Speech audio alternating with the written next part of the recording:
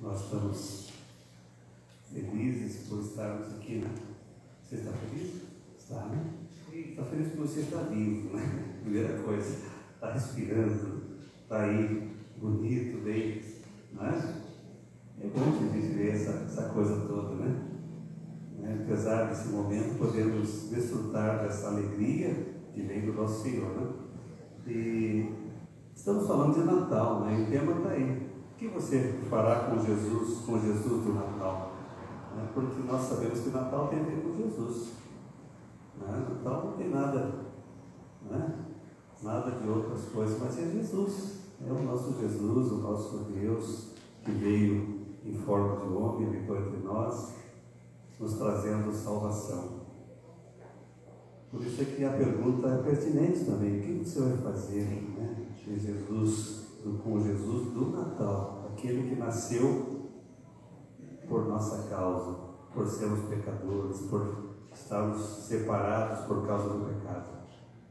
Quando a gente olha o apóstolo Paulo colocando aos Gálatas, ali está, ele falando justamente desse cumprimento, da profecia. E o texto é Gálatas 4 e 5, que eu estarei lendo agora, e diz lá, já encontrou? Pode ouvir se você não encontrou, que eu vou ler ele aqui. Gálatas, capítulo 4 e 5, que fala da vinda do Senhor Jesus. Amém? Vindo, porém, a plenitude do tempo, Deus enviou seu Filho, nascido de mulher, nascido sob a lei, para resgatar os que estavam sob a lei, a fim de que recebêssemos a adoção de filhos.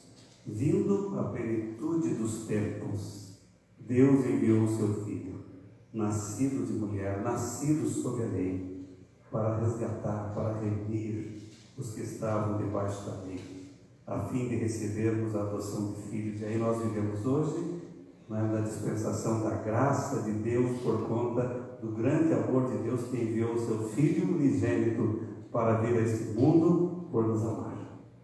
Que coisa maravilhosa podemos pensar nisso, Que coisa maravilhosa é vermos que já fazem alguns dias que o mundo, de maneira geral, está vivendo esse clima natalino. Nós saímos aqui pela cidade, olhamos as ruas ali no centro, estão enfeitadas, e aliás está muito bonita a decoração natalina da cidade, Se você tiver o privilégio de passar a noite ali, você vai ver como está linda essa decoração natalina. Tudo isso pensando no Natal. O mundo pensa no Natal, claro que há realmente algumas coisas que às vezes são distantes daquilo que nós pensamos, daquilo que nós sabemos, daquilo que é a realidade do Natal, Mas o mundo está pensando de alguma maneira, e é indiscutível que nós também não pensemos nisso quando estamos começando o mês de dezembro, o mês do Natal. O mundo está voltado já para as suas festividades. As empresas já estão fazendo, esse ano eu não sei como é que vai ser, normalmente fazem suas confraternizações de fim de ano. Eu acho que esse ano não vai ter nada. Tomara a Deus todos estejam bem, de saúde, com vida, é o que mais importa do que qualquer outra confraternização, Mas o importante é nós pensarmos que o mundo está vivendo isso, e nós também estamos vivendo, porque estamos aí preparando a nossa cantata, desejosos de elevar a mensagem de salvação, daquilo que é o sentido real do Natal também.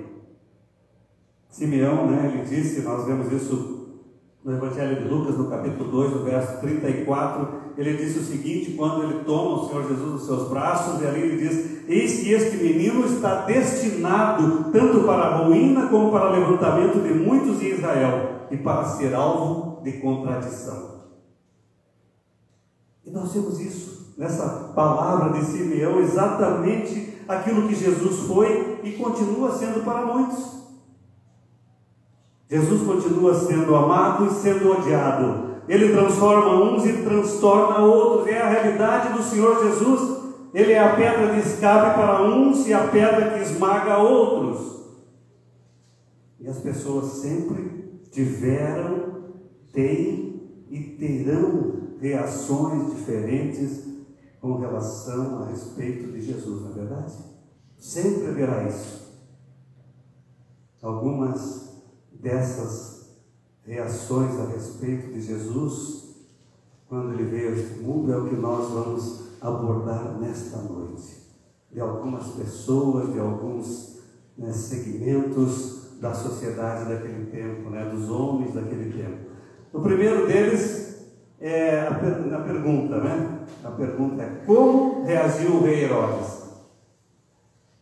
Como reagiu o rei Herodes? O texto de Mateus, capítulo 2, versos 3, 13 e 16, diz assim: E o rei Herodes, ouvindo isto, perturbou-se, e toda Jerusalém com ele. E tendo ele se retirado, depois, lá no verso 13 já, eis que o anjo do Senhor apareceu a José num sonho, dizendo: Levanta-te, toma o menino e sua mãe e foge para o Egito, e demora-te lá até que eu te diga, porque Herodes há de procurar o menino para o matar.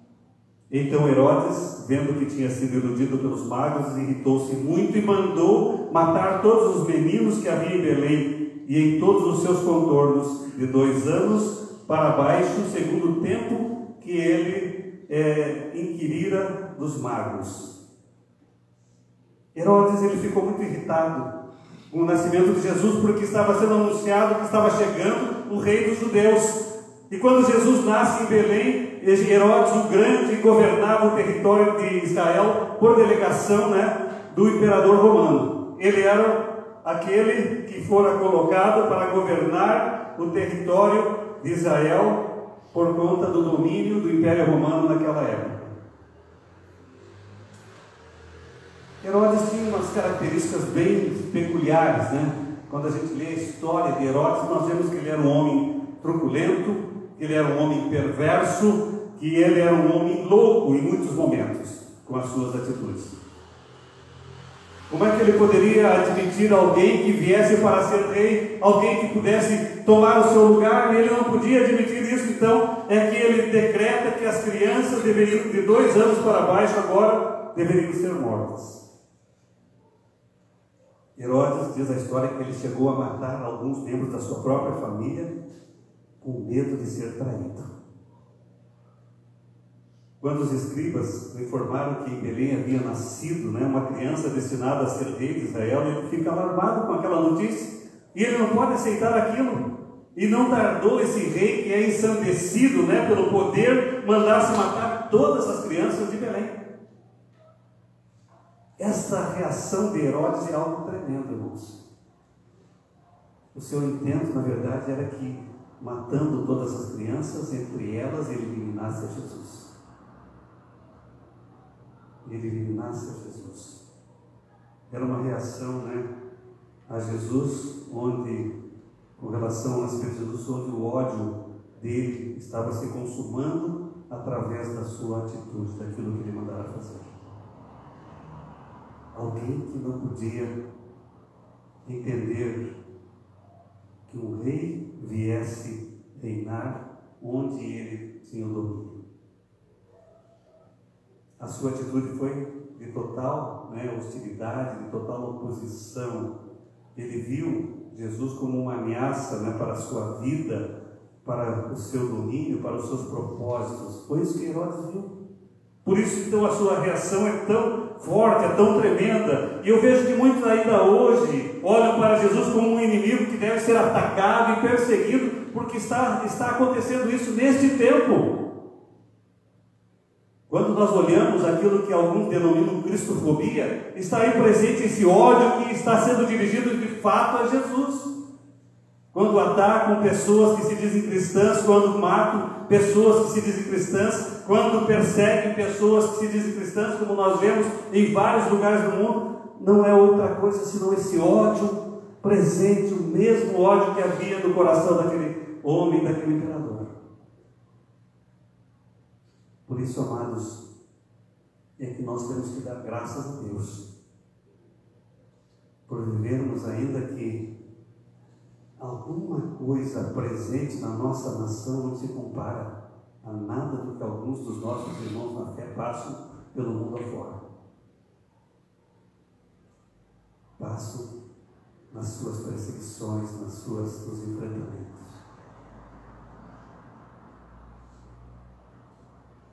É triste nós vermos alguns lugares onde pessoas simplesmente são retiradas das suas casas, são presas porque se dizem cristãs. Eu acompanho diariamente aquilo que acontece através das informações que recebo do meu filho na Coreia do Sul, porque ele é missionário e trabalha justamente no resgate dos norte-coreanos, daqueles que são perseguidos na Coreia do Norte.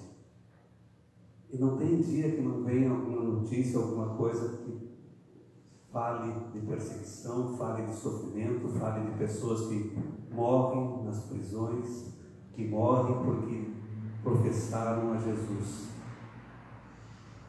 Não há semana que não se tenha notícias de alguma coisa ligada à perseguição. Ódio, reação semelhante a que Herodes teve.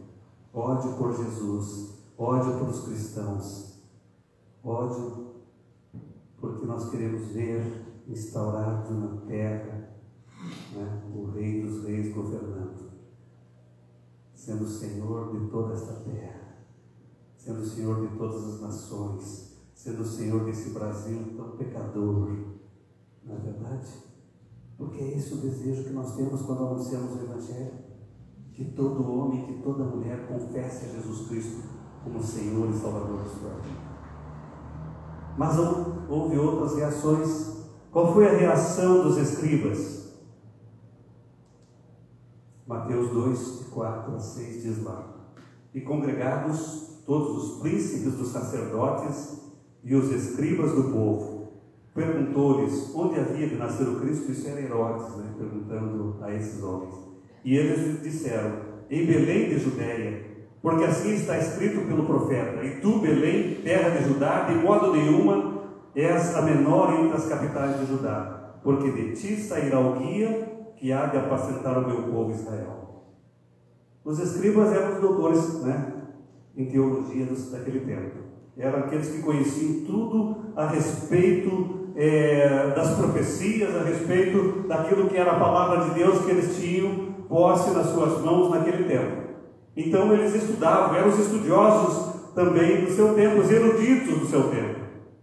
Conheciam a lei como ninguém. Viviam tratando da lei e procurando muitas vezes explicações para os seus atos através da lei. E exigências absurdas, como nós olhamos nos evangelhos, que eles nem mesmo faziam aquilo que eles cobravam das pessoas, e assim por diante. Eles examinavam com meticulosidade a palavra de Deus, eles sabiam que o Messias sairia de Belém, eles tinham conhecimento, eles eram iluminados, sim, pela luz da verdade. Mas apesar de tudo isso, essa luz da verdade não lhes transformou, e eles não praticavam de fato aquilo que eles conheciam. Seus corações continuavam duros diante do conhecimento que eles tinham das coisas de Deus. Tinham ortodoxia, mas não tinham obediência às leis e à palavra de Deus. Conhecedores da verdade, mas não praticantes da verdade. Rejeitaram a Jesus e se constituíram em seus mais amargos inimigos, maiores perseguidores de Jesus. Essa era a reação desses escribas daquele tempo. E eu fico pensando, amados, que ainda nos dias de hoje há tantos que conhecem a palavra de Deus, mas não vivem de acordo com esse conhecimento. Conhecem muito de Deus, conhecem muito daquilo que a palavra de Deus traz. Tem a luz na mente da palavra de Deus, mas não vivem de acordo com essa luz. Tem uma boa teologia, mas vivem como hereges. Conhecem muito a respeito de Deus, mas não desfrutam de nenhuma intimidade com Deus. Vivem alienados das coisas de Deus, não querem comprometimento com as coisas de Deus. Tão semelhante aos escribas, nós vivemos nesse tempo com pessoas que ainda insistem em não deixar que a luz do céu ilumine a mente e o coração deles verdadeiramente. Usam tantas vezes a própria palavra de Deus de forma distorcida em proveito próprio. Vivemos um tempo difícil, porque há muitos profetas desse tempo, que estão aí nas mídias e por aí afora pregando dessa maneira. A conveniência daquilo que lhe interessa dentro da palavra de Deus, então distorce plenamente. E eu posso dizer, amados, que são semelhantes àqueles escribas do tempo em que Jesus nasceu. Não são nada diferentes deles. Conhecem a palavra de Deus profundamente, mas não vivem essa palavra de Deus verdadeiramente. Não se deleitam nessa palavra como deveriam. Por isso, amados, este é um tempo de reflexão quando pensamos no Natal. Reflexão para nós mesmos, para que em um determinado momento nós não tenhamos reações semelhantes a Herodes, nem semelhantes aos escribas. Nas nossas vidas, no nosso conhecer de Deus, na nossa busca das coisas de Deus. Uma outra reação que é maravilhosa quando nós olhamos a respeito do nascimento de Jesus é a reação dos pastores de Belém. E aí, quando a gente olha para a reação dos pastores, é algo que destoa de tudo o resto, Sai fora daquilo que os escribas, sai fora daquilo que Herodes e tantos homens que conheciam a lei fizeram. E aí a gente olha no Evangelho de Lucas, quando fala a esse respeito. É interessante porque ali diz que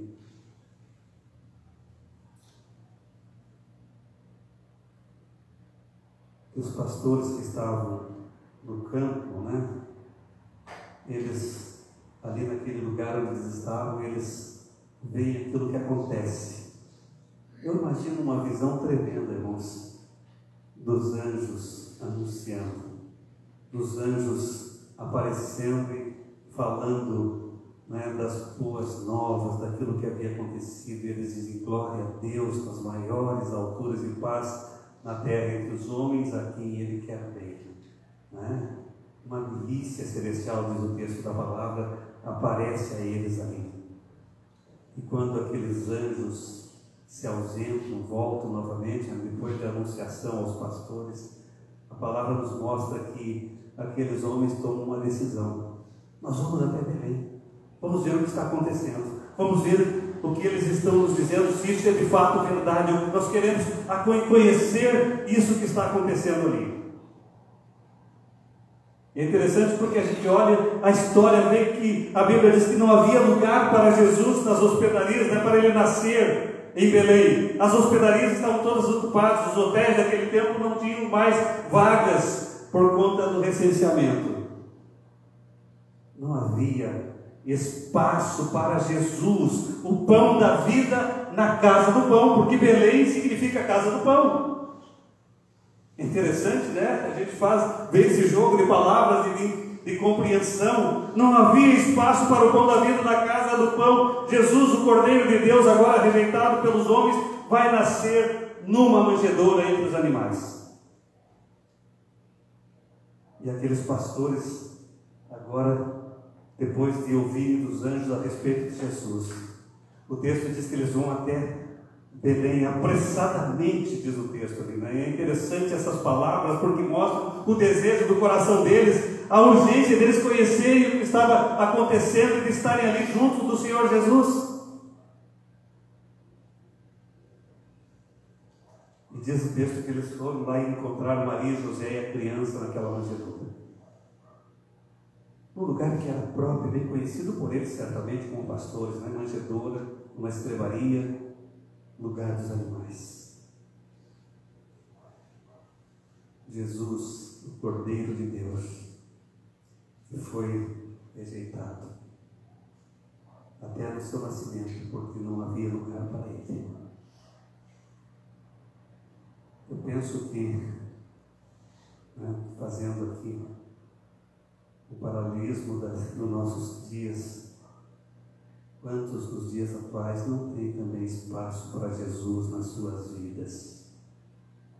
Não há espaço Porque a vida está tão cheia de coisas, tão cheia de compromissos, tão cheia de atividades, tão cheia, né, da vontade própria, do egocentrismo, de umas coisas que nós só vemos numa geração como essa, que se distanciou ainda mais do Senhor Jesus. Não tem mais lugar para Jesus, estão ocupados demais com seus negócios, né, com seus afazeres, com seus cuidados, a ponto de não terem tempo nem lugar para Jesus. Ah, que tempo difícil, quando as pessoas continuam rejeitando veementemente Jesus, rejeitando o Evangelho pregado. Quantos que, quando se fala do Evangelho de Jesus, voltam as costas? Experiências, amados, que a gente tem na área de evangelização, muitas vezes, nos mostram isso. Pessoas que não querem ouvir, não quero ouvir. Respondem com todas as letras.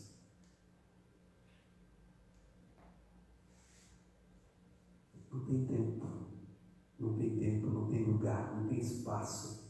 Agora aqueles pastores, né, interessante porque aqui mostra uma outra coisa. Depois que eles veem Jesus, eles divulgam a palavra, diz o texto, né? E vendo divulgar uma palavra que acerca do menino Jesus, do menino, lhes fora dita.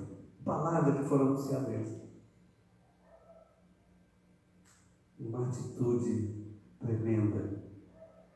E eu creio que a nossa atitude precisa ser muito mais a atitude de pastores, daqueles que ouvem e proclamam, daqueles que ouvem e anunciam, daqueles que ouvem e dizem: Jesus continua sendo o mesmo, Jesus continua sendo a solução para a tua vida, meu querido, Jesus continua sendo a esperança para a tua vida, meu amado.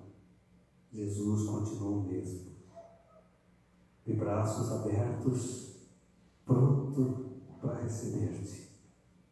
Nós vivemos numa sociedade que corre tanto atrás das coisas, numa sociedade que também não para pensar em Deus, para servir a Deus, nem para adorar o seu bendito Filho, que veio a este mundo para nos salvar. Qual é o foco das pessoas no Natal de fato? Qual é o seu foco no Natal? É Jesus? A celebração? O presente? Não é mesmo? É um tempo de reflexão em que nós precisamos pensar verdadeiramente, amados, como nós estamos vivendo nesse tempo, para nós não nos igualarmos a esses que não querem Jesus, a esses que se distanciam de Jesus por vontade própria, por querer viver a sua vida do seu jeito.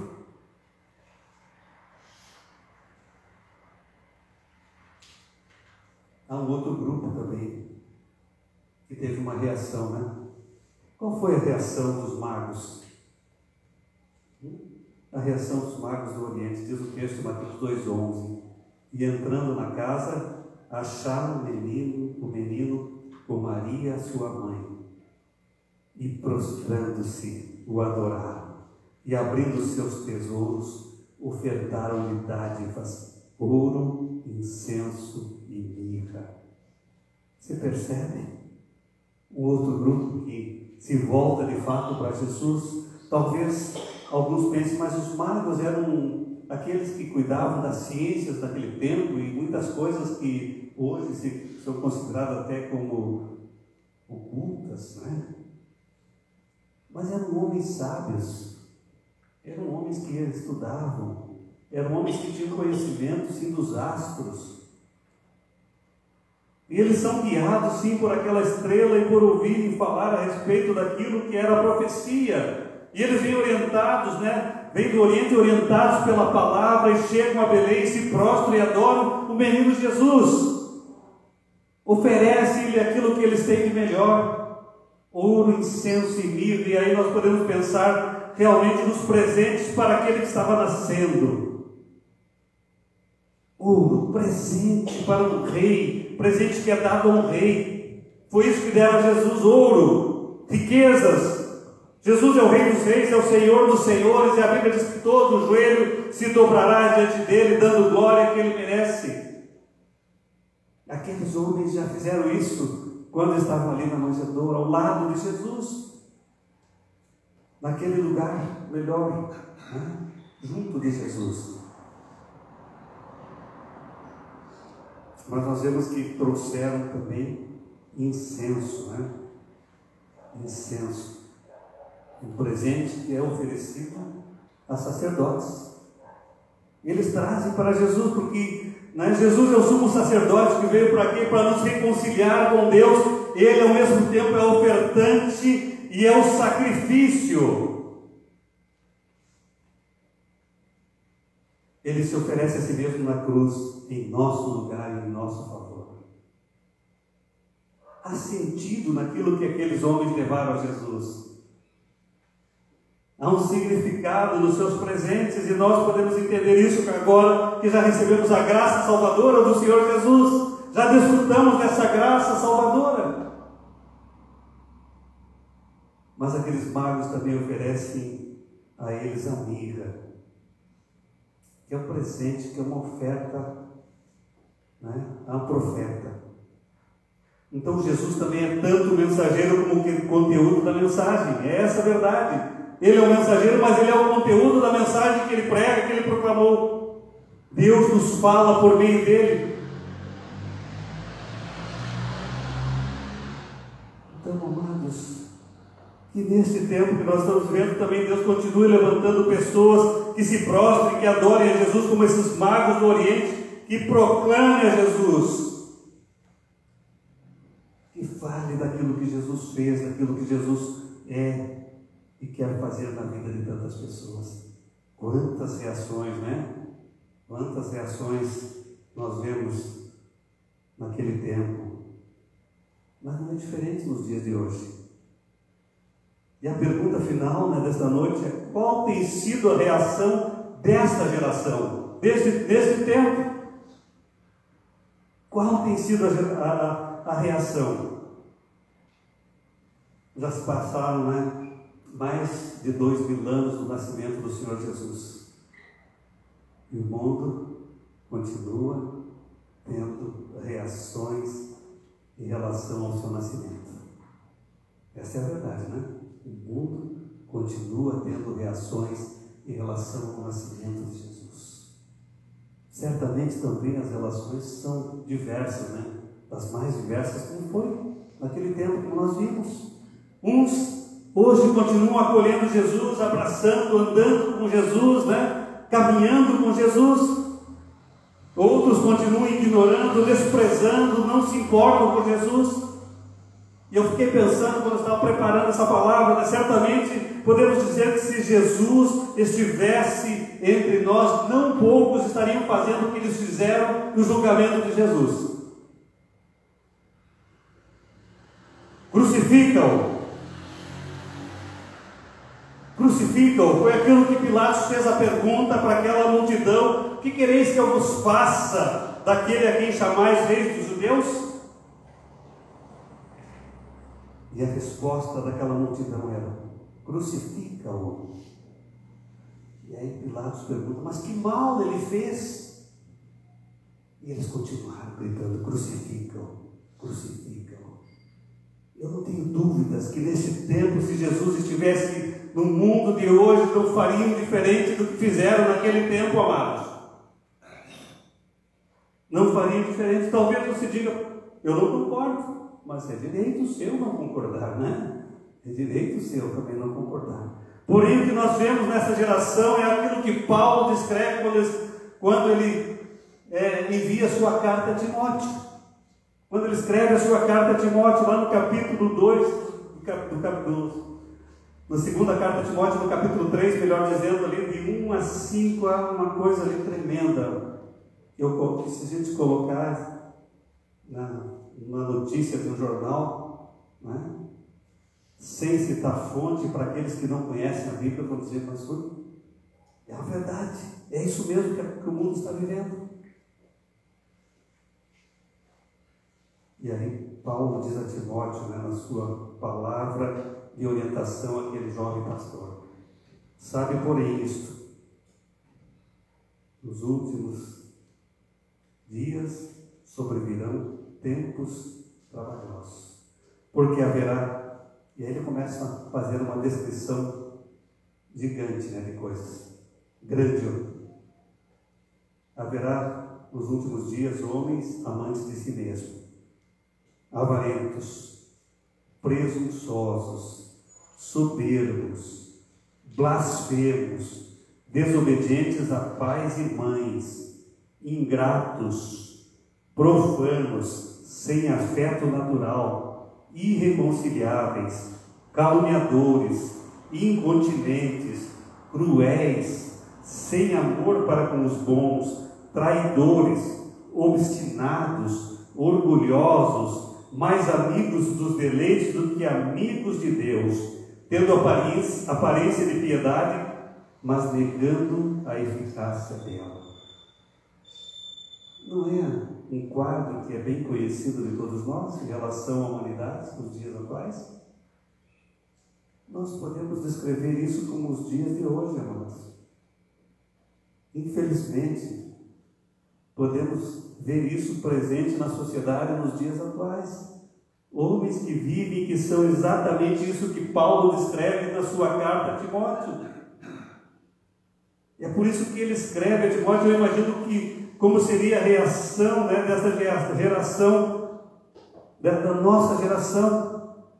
Jesus perseguido, humilhado, maltratado, escarnecido novamente. E Jesus continua sendo isso. Continua sendo maltratado, continua sendo humilhado, continua sendo escarnecido. Por quê? Porque vivemos uma geração do hedonismo e da egocentria, onde o prazer é a tônica, onde a liberdade de desfazer o que Deus fez está presente, a começar pela natureza criada por Deus, na qual Ele cria homem e mulher, macho e fêmea. Mas o que é que nós vemos hoje? Aliás, o texto de Paulo aos Romanos, capítulo 1, nos versos 26 a 27, quando ele está falando da depravação que já havia naquele tempo, ele fala lá: as mulheres mudaram o modo natural de suas relações íntimas por outro, contrário à natureza. O lesbianismo está aí. Semelhantemente, os homens também, deixando o contato natural da mulher, se inflamaram mutuamente em sua sensualidade, cometendo torpeza, homens com homens, homossexualismo, recebendo em si mesmo a merecida punição do seu erro. O texto, no original grego, fala macho e fêmea. Macho e fêmea. Para exatamente ter a compreensão a respeito de gêneros. Na tradução, nós vemos homem e mulher. Percebem?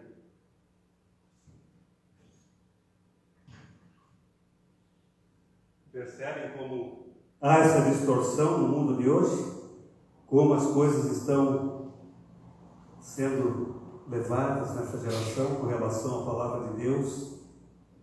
Homens amantes de si mesmo, mais amigos dos deleites do que amigos de Deus. É tudo o que nós vemos na sociedade dos dias atuais. Nós vimos isso, amados, no último mês de fevereiro, no Carnaval, quando vimos ali Jesus sendo escarnecido tremendamente, achincalhado de tal maneira que causou grande tristeza no coração daqueles que sabem e conhecem a Jesus. Viram que ponto os homens chegaram.